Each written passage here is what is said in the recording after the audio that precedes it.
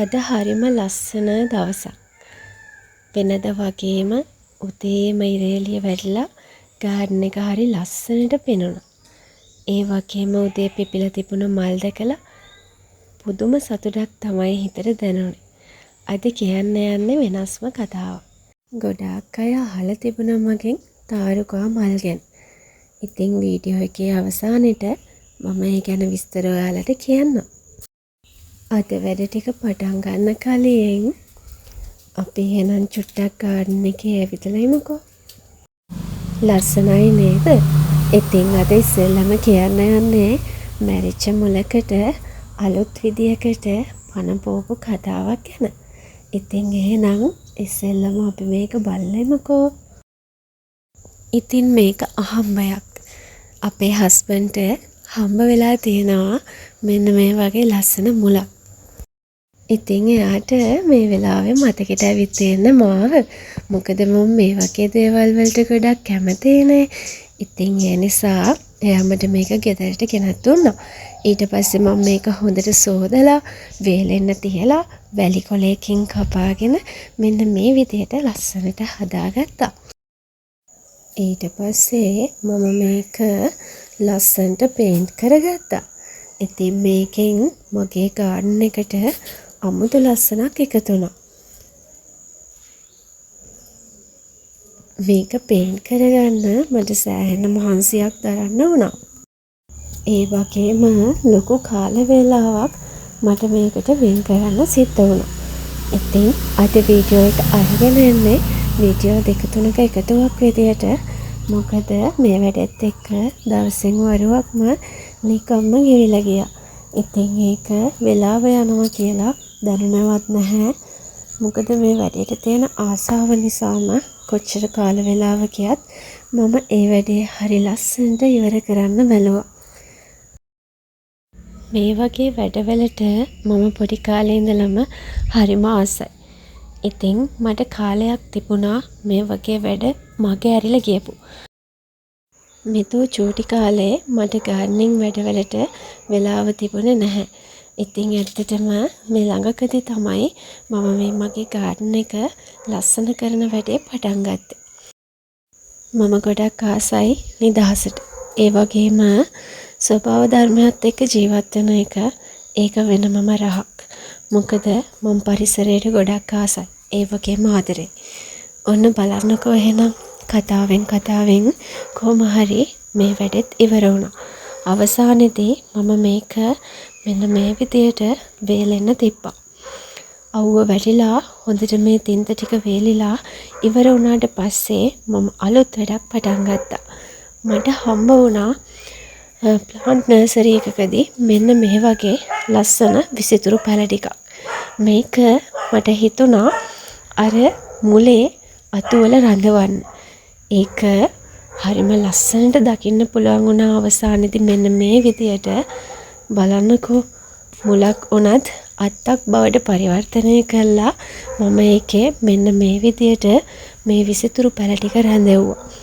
මේක හරිම ලස්සන රටාවක් තමයි මැව්වේ මගේ ගාඩන් එකට. ඉතින් අද වැඩ ටික ඉවර නැහැ. තව දුරටත් මාත් එක්ක තව චූටි වෙලාවක් රැඳිලා ඉන්නකෝ. ඉතින් මොකද හිතෙන්නේ? මේක හරිම ලස්සනයි.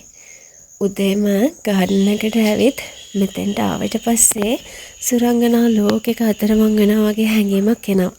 ඒ වගේම හැමදාම උදේට දකින්න සමනල්ලු කුරුල්ලෝ ගේන්නේ ගාඩන් එකට හරි අමුතු ලස්සනක්. ඒ වගේම මෙන්න මෙතන මම මඩගල් ටිකක් එකතු කරලා මෙන්න මේ විදියට මේ ඇන්තූරියම් පෝච්චි ටික තියාගන්න පොඩි වැටියක් හදාගත්තා. ඉතින් මම ගල් වැටි බඳින්න නම් ලොකුවට දන්නේ නැහැ. මට පුළුවන් විදියට මම මේ ගල් ටික එකතු කරලා මගේ මේ ඇන්තෝරියම් පෝච්චි ටිකට මෙන්න මේ විදියට චූටි ඉඩක් දුන්නා. ඒ වගේම මට මේ වෙලාවේ ගෙදරට එන කුරුළු යාළුවෝ අමතක කරන්න බැරි වුණා. බලන්නකෝ මේක මගේ අතින්ම හදපු එකක්. එහෙම නැතුව කුරුළු කූඩුවක් අරන් ඇවිල්ලා නිර්මාණය කරපු එකක් නෙවෙයි.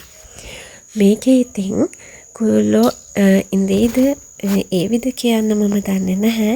ඒ වුණාට මට හිතුණා මේ වගේ ලස්සන නිර්මාණයකුත් මගේ ගාඩන් එකට එකතු කරන්න ඕනේ කියලා. මම මේක හදාගත්තේ පොල් කොහු වලින්. ඒ වගේම දිරා ගියපු චූරි චූරි කෝඩු කෑලි වලින්. ඊළඟට මට හම්බ වුණා මෙන්න මේ වගේ පරණ ඉති කෑල්ල. මේක ස්කෝලේ කාලේ නිර්මාණයකට ගෙනියපු එක. මේක මේ වෙනකල් පරිස්සමට තිබුණ එකත් හරි පුදුමයි. ඉතින් මම මේකෙනුත් පොඩි වැඩක් ගන්න ඕනේ කියලා හිතුවා. මම මේකට කරේ අමුතුම වැඩක්. මම මේ කුරුළු කූඩුව මෙන්න මේ පොඩි අත්තේ හොඳට තදට ගැට ගහගත්තා. ඒකත් මාරම ලස්සනයි. අවසානයේදී මට මේක එළියේ එල්ලන්න නම් ලෝභ හිතුණා. මොකද මේක එළියේ එල්ලුවොත් වැඩි කාලයක් තියෙන්නේ නැහැ. වැස්ස යවුව එක කාලයක් තිස්සේ මේක තේත්තේ දිරලා ජරා වෙන නිසා ඒකෙන් වැඩක් ගන්න පුළුවන් වෙයි කියලා හිතුනේ නැහැ. ඉතින් ඇත්තටම මම මේක එල්ලුවේ ගෙදර වැරන්ඩා එකේ. මොකද පොඩි පොඩි කුරුළු යාළුවෝ දෙතුන් දෙනෙක් හැමදාම උදේට වැරන්ඩා එකට එනවා. වැරන්ඩා එක ඉස්සරහනේ මගේ කුරුළු ලෑල්ල තියෙන්නේ.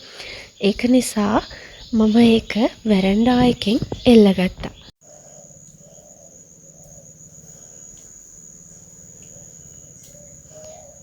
මෙන්න මේ විදිහට තමයි මේ වැඩේ අවසානය බලා ගන්න පුළුවන් උනේ.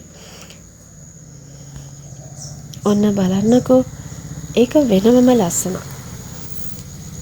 අවසානයේදී වැරන්ඩා එකේ මෙන්න මේ වගේ තැනකින් මම මෙන්න මේක එල්ලගත්තා.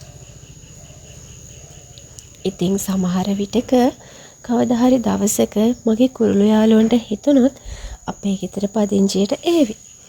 එහෙම බලාපොරොත්තුවක් තියාගෙන මම ඊළඟ වැඩේට ඔයාලා එක්කගෙන යන්න තමයි මේ හදන්නේ. මෙන්න මෙයත් දැන් මගේ හොඳම යාළුවෙක්. හැමදාම උදේට මෙයාව බලා ගන්න පුළුවන්. ඒ වගේම මෙයා චුට්ටක් හීලයි. බලන්නකෝ එයාගේ ලස්සන. ඉතින් යාළුවනේ, ඊළඟට මම කරගෙන යන්න මෙන්න මේ වැඩ ටික. මේක මට තාම පිළිවෙලක් කරන්න හම්බ වුණේ නැහැ. ඉතිරියේදී මම ඔයාලට මේ වීඩියෝ ටිකත් අරගෙන එන්නම්කෝ. ඒ පැත්ත ලස්සන කරන්නේ කොහොමද කියලා තාම මට ලොකු අයිඩියා එකක් ආවේ නැහැ. ඉතින් තවම වීඩියෝ එක ඉවර නැහැ. තව එක පුංචි වැඩක් තියෙනවා කරන්න. ඒ වගේම අර තාරුකෝ මල් ගැන විස්තරයත් ඔයාලට කියන්න ඉතිරි වෙලා තියෙනවා. එහෙනම් ඉතුරු ටිකත් මාත් එක්ක ඔහොමම රැඳිලා ඉන්නකෝ. ඊළඟට අපි යමුකෝ ලස්සනම ලස්සන බෝගන්විලා පැලයක් ඉන්න ගන්න.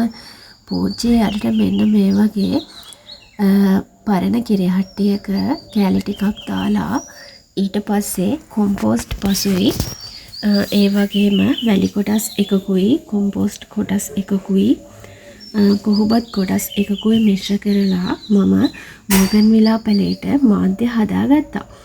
ඒ වගේම බෝගන්විලා පැලේ හදද්දී විශේෂයෙන්ම කියන්න ඕනේ වතුර හොඳට ගලා යන විදිහට තමයි මේක හදාගන්න ඕනේ. ගොඩක් බෝගන්විලා වලට වතුර රඳන පස් ඒ වගේ ඒවා ගැලපෙන්නේ නැහැ. මොකද එතකොට බෝගන්විලා වල මල් එන්නේ නැහැ. මටත් කාලයක් තිබ්බ ප්‍රශ්නයක් තමයි බෝගන්විලා පැල හදද්දී බෝගන්විලා වල මල් ගන්න බැරි වෙච්ච එක. ඉතින් දැන් මම මේ ප්‍රශ්නෙට විසඳුම හොයාගෙන තියෙන්නේ.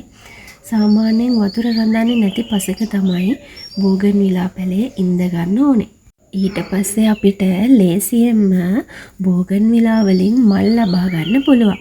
ඉතින් මේ තම්පාට පැලේ හරි ලස්සනයි. ඒකයි මම මේක අරගෙන ආවේ.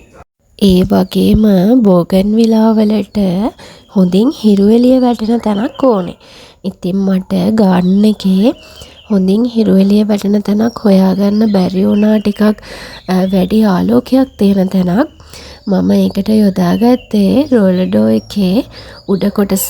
මම ඒකේ හිතාගෙන ඉන්නේ ඉදිරියටත් ගොඩක් බෝගන්විලා වවන්න. ඉතින් මම ඒක නිසා බෝගන්විලා පැලේ හොඳින් පොට් කරගෙන රෝලඩෝ එකේ උඩින් තිබ්බා.